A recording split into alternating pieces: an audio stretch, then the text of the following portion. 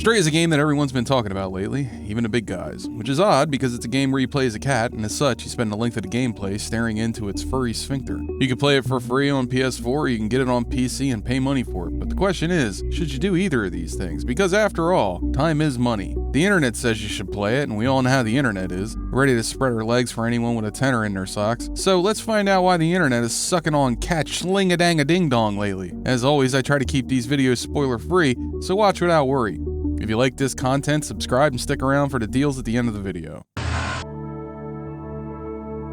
Lost, alone, and separated from family. A stray cat must untangle an ancient mystery to escape a long-forgotten cyber city and find their way home. And that's what the developers say this game is about, and if you have very little imagination and a short attention span, then this is all you need to know. Alright, so you know how there's like these games that are very game-like, and that they have goals, mechanics, and you spend a lot of time growing your skills to meet ever-increasing challenges. And then there's those types of games that are more like experiences. We're talking adventure games, both the point-and-click and walk-in varieties. Stray lies somewhere in the middle of that spectrum. It has gamey moments and meditative stretches, punctuated by frenetic challenges, but the focus really is that experience. What experience, you might be asking? Well, I'm glad you asked, because a lot of people seem to think that this game is about being a cat and replicating that experience, but it isn't. I mean, cats don't hover in space when they're standing on stairs. They don't have the upper body strength to hold that pose. I'm saying this because a big deal was made out of this game's ability to simulate what it's like to be a cat. And I like the efforts that were made here, but it's far from simulation. You can open up windows by using things as a scratching post, resting spots can be used as scouting locations, and you have a dedicated meow button. All of this works as a mechanic, and it fits in role-playing as a cat, because the game lets you knock things over, which they love to do. I can't leave water on any surface in my house, or 2 minutes after I've left the room, it'll be spilled all over the floor without a cat in sight. Cats can't resist the urge to break things, or scratch them up, and when you play this game, the best thing it does is make you feel like an asshole cat in-game because it's too tempting to resist scratching up a leather couch when you come across one. I mean, who are you trying to impress? You're just gonna scratch the thing up with your ass anyhow, and that's what it's for. It's for sitting on, not looking at. This game sets itself apart from other games in that it's hyper-focused on a sort of organic state of play, in which you're plopped down into a world that's like a future version of our own world, say, about 10 years from now, and you get separated from your family. And with your pet drone, you go across country to find your family who just sort of, watched you fall because they're cats and everyone knows that cats are sociopaths. In a normal game like this, you might walk up to a guy and introduce yourself, and then that guy will proceed to tell you all his deepest, darkest secrets, and some long-winded ass shit about his grandmother's ring and how he was going to give it to his girlfriend, but now he doesn't know what to do. And at some point, this sad asshole is going to ask you to do something for him. Then you go and do this thing because it's the only way to engage with the game, come back, get a reward, then repeat this process, but that doesn't really happen here. First off, these robot guys aren't all that interested in doing anything other than the thing they're already doing, and frankly, they seem a little resigned to their fate. So what you end up doing a lot of the time is exploring the world, finding memories, translating notes, talking to people, and finding out more about the world and how it got to be this way. And all the while you're doing this, these tasks are directly tied in an elegant bow into the main plot, which is about you getting back topside where your family is. These quests happen because of the consequences of the story and your exploration, instead of happening regardless of it. It feels like it has more punch that way, far more direct while still feeling detached enough to allow the player autonomy in the exploration or the order in which they experience things. How you do all that exploring is by being a cat. You post up on your hind legs and propel yourself up and forward to climb, and it all feels very cat-like. But the jumping is all contextual, so you'll occasionally rub up against an object that you should be able to jump up on, but you can't because all those objects are just there to be background clutter. It never affected how the game played for me, however, so I feel like that criticism is just me wanting more exploration in the game. I never had a problem with the contextual jump because it works for what the team was going for, a linear experience with a surprising amount of openness in towns which end up feeling more like vertical playgrounds. But for the most part, the game wants you to go this way, so don't go that way, at least when it comes to the action set pieces. Sometimes there's 2 ways through a chase section, or 2 paths leading to the same window you need to climb into, but for the most part, there's one way to end this game, and that's to go straight through it. But he uses all that linearity briefly, and I found it odd that I, personally, spent more time talking to robots and causing chaos in the city than I did rushing through the game, because the game presents you, in the very beginning, with a question that's kind of interesting. What's with this cat boy, and what's with the robots and the trash-eating ticks? And every time I had a question, exploration was almost always the answer. It felt organic to explore and discover. Nothing felt ham-fisted until the end of the game, where a good old RPG trope is trotted out on the stage like an aging stripper. Finding out new things about this world became a mission that I created for myself, and that's just one of the things that this game does fantastically. When you decide to do a quest, you decided to do it. Not a quest entry or a marker leading you to a quest giver. You found a clue, the clue led you to a mystery, and the mystery led the player on an experience to a conclusion. It didn't use markers, it used words and exploration. The challenge was in everything. The game treats you like an adult, even if you're a child trapped inside a man's body, or tied up in a closet watching a game get played through the slats in a door. Either way, it respects you as a player. This organic storytelling approach guides the player through various storylines which weave in and out of the main story, progressing you invisibly through the game. You may think that you're just fucking around, but you're doing exactly what they want you to do. You're exploring and figuring shit out. You're faking it until you make it. I made sure I found nearly every piece of sheet music, even though I was trying to get through the game for review, but I did it anyway, because there's something about these little sad robot men. They're cute, and I want to hold their cheeks close to mine and give them nuzzles. They make cute little noises when I rub my scent glands against their legs. Past a certain threshold of cuteness, I'm incapable of hating something, even if I should. The way the game presents its story is unique for a mainstream game. The world tells a story that can be discovered through just looking around or by talking, but I found that the discoveries that I discovered on my own and wasn't told about were the most engaging ones. Translating a note left behind by residents who've either moved on or were eaten by the tick equivalent of a Grey Goo event were some of the most satisfying parts of the game, because it's not just that you found out more about the game world, that's just part of the reward. But finding those rewards because you explored and discovered something you wouldn't have normally, that's a reward in and of itself. It's like eyeballing a lug nut and guessing the right socket size the first time. It's just a very satisfying feeling making progress by wandering aimlessly. A self-directed experience. I wish more games were self-directed in this, albeit limited way. It's so satisfying to just discover things when you did it without the game meddling with the surprise. There's a moment in the game where you have to find some items that belong to some robot boys, and you find that these things are hidden by searching the environment for signs that those people were there. And without giving anything away about the game, that is what it does really well, because even if the game hadn't told me to look for those signs, I would have eventually, because the game allows you to inspect the items in your inventory like in Resident Evil. So I would have eventually turned one of those books around, saw that sign, saw a sign in the environment, and eventually followed it to the mission's conclusion, but it didn't let me figure it out. And I guess that's where you could say that the game kind of drops the ball. I only experienced this briefly, but it only stood out when contrasted with the rest of the more organic parts of the story. Now, I know I've been going on for a while about how great this game is at telling you what to do and informing you of what's going on in the world, but I haven't said why it's a good thing, which I think is important to understand if we're to understand why it also fails to do that in a few places. The reason this type of storytelling is so compelling is the same reason the alien in the original Alien movie is so frightening, while the alien in the last movie is blowfully underwhelming.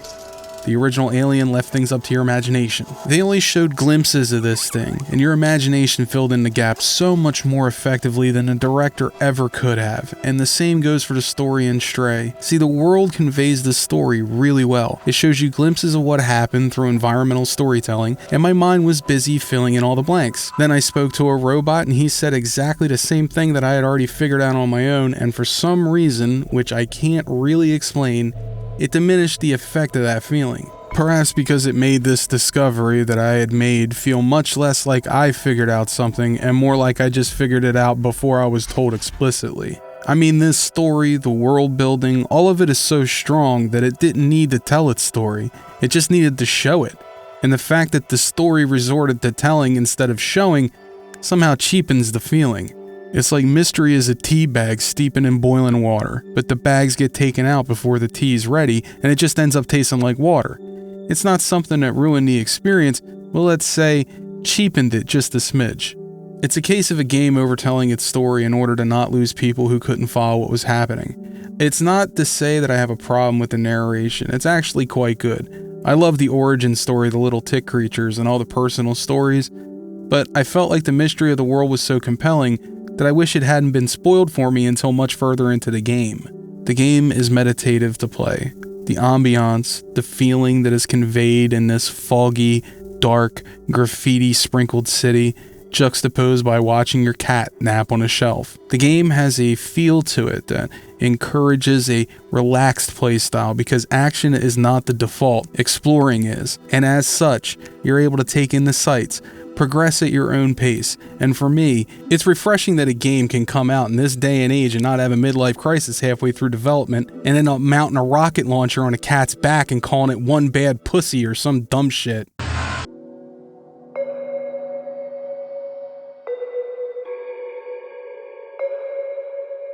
The music is like walking into the lobby of a company called, Paradis, but it's spelled all French. And then there's this big white entryway, 30-foot tall ceiling, sunlight blasting in from the windows, and all the women are wearing these white pantsuits. And as you get up to the counter, a practiced smile asks, "What can I help you with?" And as you ride up the elevator, up several floors to the biodome in the clouds, this is the soundtrack that you'll hear over the loudspeaker as you exit the elevator. It's full of the kind of songs that Empty Space would make if it had any rhythm. In other words,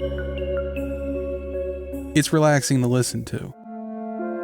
The music is pivotal to the experience of this game in particular. It sets the mood, yes, but it also does a lot of the heavy lifting. Because the graphics are cute and colorful, and even the graffiti, at least for me, lends a bit of lightheartedness to the presentation. But it's like the music is telling you about a different way you should feel, that even though these robots may be kind and helpful, they're hiding an inner pain. It's like the music is subtextual. The sound effects are great. There's a lot of reverb usage in the more cavernous areas and a little padding of paws on metal or concrete, or the sound of the cat straining as it tries to clamber its way up onto a nearby ledge, or the fact that this game has a dedicated button for meowing, which leads to stuff like sitting in front of a guitarist and meowing in rhythm to the guitar, or the unpleasant squeak that the ticks make, or the strange broken modem sounds that the robots make when they're happy or angry. It's all quite good, and it lends to the believability of this world. The game doesn't really have any voice acting to speak of. If you call a cat meowing voice acting, then more power to you. Everything is either a cat, a weird alien tick thingy, or a broken sounding robot. You never hear a human voice throughout the runtime of the game, so no, there's no voice acting. The art style of the game is, well, I don't really know if there's a name to describe it, so let's go with retro futurism. The robots have what look like mini CRT terminals for faces, and they make kind of screeching and squelching sounds that would be at home in a dial-up modem, and some of these guys look like number 5 from Short Circuit. There's fog and darkness, and the lighting diffuses into fog volumes as your cat knocks down potted plants, cups, cans of paint, bottles, and various detritus like a hurricane blew into town. It's chaos wherever it goes, while homes stacked upon homes like a futuristic favela stretches out into a dark sky, blotting out the running lights at a dome above. Pipes, air conditioning units, power boxes, and awnings all act as grips for climbing because up is where you're always going to be going, and the climbing mechanics force you to observe your surroundings, which allows you to truly appreciate all the hard work that went into making this world. I was always taking moments away from gameplay just to marvel at the creativity on display. Truly, at least for me, a sight to behold. Then there's the look at these areas where the ticks inhabit. These places look like something out of a cosmic horror game with these fleshy red vines crawling up the walls, or making networks of gelatinous flesh power lines. When you see one of these places for the first time, you know what you're about to step into, and that caution is required. A perfect signal to the player that they should be prepared. Now, does this game look good? Yes, it does, but this is subjective, right? Like, what I think looks good might look terrible to you. It has something to do with experiential bias, you know? Like, if you drank a gallon of fruit punch when you were a kid and it made you throw up, you might not like the color red, especially in your vomit. Or as an example is something you might have had first-hand experience with, if you've ever had a horrifying venereal disease, you wouldn't like the looks of some of these places. The memories will be too painful. But a lot of people can't handle it. So let's look at it from a fidelity standpoint, right? Because this game goes for a measure of realism in its graphics, but it stops short of ultra-high fidelity. Textures can look rather blurry in places, the resolution of the trash piles, for instance. Yeah, I don't know what kind of trash that's supposed to be, but I get the point. It's just, you know, it should look like piles of fucking garbage, not a big pile of whatever the hell that is. So unfortunately, I think this game fails a little in that department. Trash doesn't look like trash. 2 out of 10. The art style makes me feel warm inside, like maybe the world isn't so bad after all, and maybe it won't all just collapse into one big pile of baby diapers. Like, the game is hopeful feeling, even though what it's talking about is somewhat reflective of a situation that's not too far off from our own, and everything is seemingly spiraled out of control. There's just something about the fact that there's still a community of robots in this world that believes everything will be alright, regardless, and if we all just stick together, it'll be okay. I say that about the art style because this is what I got out of it, the way it made me feel. When a little heart displays on this guy's face is the first thing I think of. Everything's gonna be okay. Pacing can be difficult to talk about in a game like this, so let's do a quick recap. You are Cat. Cat is separated from its family, and you have to climb your way back out of this really big hole and back up to the top where your family is. Along the way, you find a robot friend, and the game becomes more of a detective mystery. The story is simple enough, at least the one on the surface, but you always feel this creeping, cute sadness like a puppy staring up at you while you eat fried chicken. While playing, you might run across a robot on top of a nearby roof, looking up at the sky, and that might attract your attention upward, and that's when you'll notice something about where you are. Or you'll run across a safe with a sticky note attached to it with some sort of binary code, which will cause you to seek out somebody who can read it, which will lead you to another clue. In other words, it's not all that fair to say that this is like Assassin's Creed with cats, even though I'm pretty sure cats would be assassins if they could hold a weapon. It's more fair to say that this game is an action detective movie that you direct. Like, I think it's pretty cool the way the game never has to lean on UI hints to make any of this happen. And in that way, this all feels organic. The pacing from beginning to end, it all feels like you stumble across things to do, and it never feels like repeating content. And before you know it, the game's over. Maybe 4 hours later, or 7, but eventually the game ends. And I've heard people say that the game doesn't overstay its welcome, and it doesn't, but that's just because it ends in a satisfying way. It ends in the way that it should have, but they could have gotten a lot more mileage out of the mechanics the game introduces but never evolves. This could have been a 10-hour experience, and it still would have been fun to experience. So, while it doesn't overstay its welcome, it does leave you wanting more. The dialogue's in this sweet spot between short and long, and that it feels like it's just the right length. The point of whatever's being discussed is never pondered on for long. It's just long enough to leave there some mystery or ambiguity, and some of the stories are interesting enough to leave you wanting more, which is what I think every story should be aiming for in a video game. If you leave people wanting more, then they'll always come back for a second serving of the good stuff. The dialogue is helped along through the fact that someone else is translating it to a cat that doesn't understand any of it anyway, and the only reason you're doing any of this is that you, the player, understand what the robot is saying and you control the cat. Sometimes I'll talk to my cats. I'm not shy to admit it. They can and probably do judge me for it, but the great thing about a cat is they can't say anything back, so I can tell them anything, and they can't even show disgust on their face because they're dumb. They eat, shit, and sleep. They don't have time to feel ways about things. You could tell them anything, and I feel like that's what all these robots are doing, like posting the last thing they jacked off to on Reddit. My cat knows all kinds of shit about me, so if they ever invent a device that can help my cat talk, my cat better watch his fucking back. This game was free day one on PS4. Not sure if you can still get it on PS Plus, but if you have it, check it out. Free is probably the best deal you're ever going to get. Stray isn't on GOG, so I can't really give you a code or nothing. Sorry, 2 strikes in a row on that one. I replayed the game the moment I beat it. I thought about why, and the only thing I could think of was that I felt like I rushed through it the first time, and while I feel like even though I rushed through it, I still understood it. I felt like I wanted to experience it again a little more casually so I could really take everything in. And I think that was possible because the game isn't all that long, and that's where we come to value. Now, normally I would say that a game that can be beaten in 4 hours wouldn't be worth the $30 price tag, especially in a game with a sort of linear moving storyline, but I don't feel this way about this game. Stray feels like a game I may end up coming back to at some point to experience it again, once I've forgotten enough about it for it to be a fresh experience again, because just like movies, we just don't get entertainment like this too often, where every single facet of the game is as perfect as it needs to be, from art style to writing to presentation and pacing. This game's a gem, but if you aren't into these types of ponderous types of games, I'd recommend you stay away from this one, but for everyone else, take it this way. This game's an original Coke. Not the regular, but the original. The one that still had cocoa leaves in it. The one that gets you high when you're feeling low. Here's a question I hear a lot. Are you from Pittsburgh? No, I'm from a sleepy little trash heap called Bear, Delaware, and people that are from there will be the first to tell you that I'm being kind. Delaware is a street cone blocking off an abandoned car parked in front of street construction. You go to Delaware because you could shop tax-free. At least that's what people used to do. I don't even know if that's a thing anymore. Anyway, basically, the only landmarks in Delaware you need to worry about are the street signs pointing you to Philly and New York. So if I sound like I'm from one of those places, then yes, I am. It's easier than having to explain to someone that I'm not from Ocean City, Maryland. This is the first time I've seen your face. Anybody ever tell you that you look like the result of a steamy night of passion between Tom Hardy and Brendan Fraser? I'm pretty sure that's a compliment, by the way. Hardy and Fraser, the bareback sensation everybody's been waiting for. Yeah, me and Brendan are probably the same weight as one another right about now, but let me tell you this. If I had 1 ounce of that man's radiant internal sunshine, I would want for nothing more. I mean that. Not a hint of irony in there. Unless he diddled someone, then I don't even know who Brendan Fraser is. Is he like a musician or something? When are you gonna do Kenshi some justice and strat it up? I'm not gonna lie to you. Kenshi is a game I like to play when nobody's looking. You know, it's like one of those kind of games that I know if I play and in front of people are gonna decry that I'm playing it wrong. And I don't avoid playing things like that because I'm afraid of people will hate me or some shit. Nah, it's because comments like that make me lactate. And I've ruined enough shirts this year, so yeah. Maybe this year's a Kenshi year. I don't know, let's find out. And let's find out together. So hit that subscribe button, hit the bell for notifications, and then go to my Twitter. It's down in the description below. You can follow me there, and I document my journey through these games through screenshots and pictures and words and all that stuff. So let's all go and grow together as people and come together and make it so that it's all going to be all right for one another. Love ya. Bye.